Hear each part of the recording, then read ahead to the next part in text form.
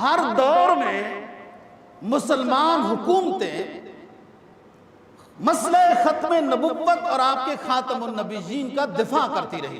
مسلمان حکومتیں سوئے قسمت کہ جو اس پاکستان بننے سے پہلے یہ تماشا انگریز نے اٹھایا اور مرزا غلام احمد قادیانی کو تیار کیا گیا. کبھی بروزی تھے، کبھی ذیلی تھے، کبھی خواب تھے، کبھی کیا، وہ تماشا بناتا رہا.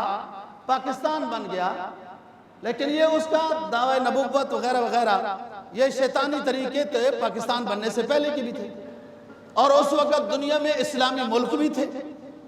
کسی اسلامی ملک کو یہ صحرا نہیں ملا جو صحرا مملکت خدا داد اس پاک دھرتی پاکستان کو ملا، کہ دنیا میں وہ پہلا اسلامی ملک ہے.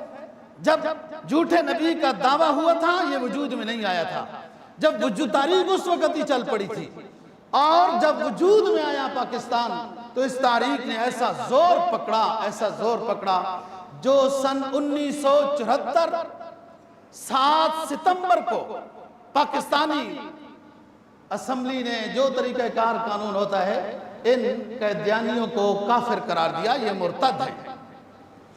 اور کل 7 ستمبر ہفتے کے دن 2024 50 سال پورے ہوتے ہیں قیدیانیوں کو کافر قرار دینے کے.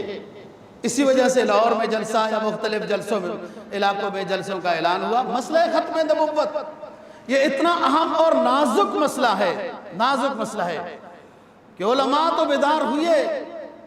یہ سیرا گیا سید عطا اللہ شاہ بخاری رحمہ اللہ کو، اس وقت کے لحاظ سے انور شاہ کشمیری رحمہ اللہ تعالیٰ کو، اور بڑے بڑے حضرات کو. جب تاریخ ختم نبوت چلی تو قیادت اس وقت شاہ صاحب تو دنیا سے چلے گئے تھے. حضرت علامہ محمد یوسف بن نوری رحمہ اللہ تعالیٰ کے سہرے میں آئی، نصیب میں آئی، جو بنوری ٹاؤن ایک کراچی کا بہت بڑا مشہور مدرسہ ہے. علامہ محمد یوسف بن نوری رحمہ اللہ تعالیٰ کی قیادت، یہ ذرا بات سمجھنے کی ہے، انہی کی قیادت کے تحت دیوبندی تھے، انہی کی قیادت کے تحت بریلوی تھے، سارے گدی نشین پیر فقیر تھے، انہی کی قیادت کے تحت اہل حدیث تھے، انہی کی قیادت کے تحت شیعہ حضرات بھی تھے. اور مسئلہ ختم نبوت کے لحاظ سے اس تحریک کے امیر دیوبندی عالم علامہ محمد یوسف بن نوری رحمہ اللہ تعالیٰ تھے. طاہر القادری صاحب اللہ ان کو صحت دے، علم میں اور عمل میں صراط مستقیم کے ساتھ برکت عطا فرمائے. تو علم تھا، ڈگمگاتے رہے ادھر ادھر، لیکن وہ اپنے ایک بیان میں کہتے ہیں اپنے بریلویوں کو سمجھاتے ہوئے، خبردار دیوبندیوں کے بارے میں اس طرح کی باتیں کہ وہ گستاخ رسول اور وہ کافر اور یوں نہ کہو. جس وقت تم تاریخ چلا رہے تھے ختم نبوت کی تو اس وقت قیادت ایک دیوبندی عالم علامہ یوسف بن نوری کے پاس تھی.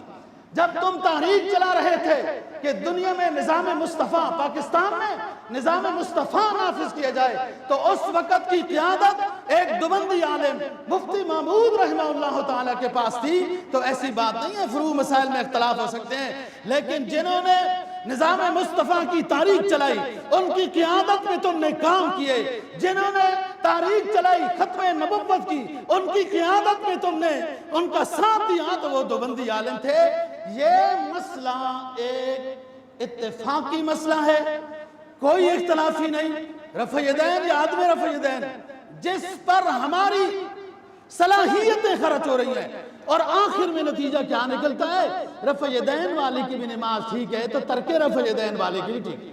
اور یار اتنی زیادہ آپ نے جو صلاحیت خرچ کی ہے جس کام کے اوپر، آمین نیچی کہو یا نیچی کہو، آخر میں مسئلہ کیا نکلا کہ دونوں کے پیچھے نماز ہو سکتی ہے.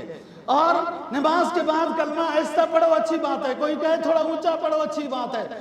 اس میں اختلاف ہوتے رہے، اور جو اختلاف کی چیزیں نہیں تھی جن میں اختلاف ہوا، اور امت منتشر رہی، پریشان رہی عوام. تو کل انعام علم نہیں ہے اس کے پاس، مولوی جیسے رخ دے دے وہ اس طرف چلے جاتے ہیں. فرمایا نا فتن شروع ہوں گے اور اس کی قیادت فتنے کی عالم کرے گا. اتنا عروج ہوگا اس فتنے کا کہ اس فتنے کی زد میں وہ مولوی بھی آ جائے گا. غلط تربیت کی گئی.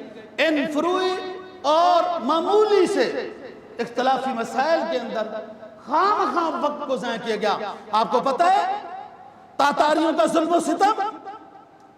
پتہ ہے آپ کو مسلمانوں کی بزدلی؟ بغداد کے باہر مسلمان ہیں، سائڈوں میں مسلمان ہیں. تاتاریوں کی ایک عورت آتی ہے، کہتی ہے لین پہ کھڑے ہو جاؤ. وہ 100 کے لگ بھگ مسلمان لین پر کھڑے ہو گئے. کہا نیچے دیکھو، میں تلوار بھول کے آئی ہوں، تلوار بھول کے آئی ہوں، تلوار لے کے آتی ہوں. یہ ڈرپوک کھڑے رہے. وہ تلوار لے کے آئی اور اس نے آ کے ان کے سر قلم کیے. یہ اس وقت مسلمانوں کا حال تھا کہ صحیح علماء کا ساتھ نہیں دیتے تھے کہ ان چھوٹے چھوٹے مسئلوں میں اختلاف نہ کرو، ان کی کوئی حیثیت حقیقت نہیں ہے. احادیث میں دونوں طرح کی چیز کا اندازہ اشارہ ہوتا ہے. اصل قرآن حدیث کا دفاع کرو، مسئلہ ختم نبوت کا دفاع کرو، آل بیت کا دفاع کرو، حضرات صحابہ رضی اللہ عنہ کا دفاع کرو. یہ بڑے چیلنج ہیں. اور اس وقت ہو کیا رہا تھا؟ جو ایسی تیسے فتنہ ساز فیکٹریاں تھی نا، فتنہ ساز فیکٹریاں، اختلاف ہو رہا ہے کہ وہ حلال ہے کہ حرام ہے، کھٹی لسی ٹھیک ہے یا نہیں ٹھیک ہے، روٹی خمیری ہو جائے تو حلال ہے یا حرام ہے. یہ آج کل کے اس طرح کے جھوٹے سکالر آپ کو پڑھ ہی رہے تھے بڑی عید میں، بھینس حلال بھینس حرام فلاں فلاں. کس میں لگے ہو یار؟ کیا کام تم نے اسلام کا کرنا ہے؟ اور بڑے بڑے سکالر فتنہ ساز جو یوٹیوب کی پیداوار، وہ کیا کر رہے ہیں؟ نہ یہودوں کے خلاف کوئی بات ہو رہی ہے، نہ عیسائیوں کے خلاف کوئی بات ہو رہی ہے، نہ منکرین ختم نبوت کے خلاف کوئی بات ہو رہی ہے، نہ بت پرستوں کے خلاف کوئی بات ہو رہی ہے. اور بات ہو رہی ہے فلانے ولی نے یہ کہا تھا، فلانے صوفی نے یہ کہا تھا، فلانے بابے نے یہ کہا تھا. کیا دین کی خدمت ہو رہی ہے؟ تلک امۃ قد خلت لہا ما کسبت ولکم ما کسبتم ولا تسألون عما كانوا يعملون ولا تسألون عما كانوا يعملون. وہ ایک جماعت تھی گزر گئی، انہوں نے جو اعمال کیے تم سے نہیں پوچھا جائے گا، تم سے وہ پوچھا جائے گا جو تم کر رہے ہو.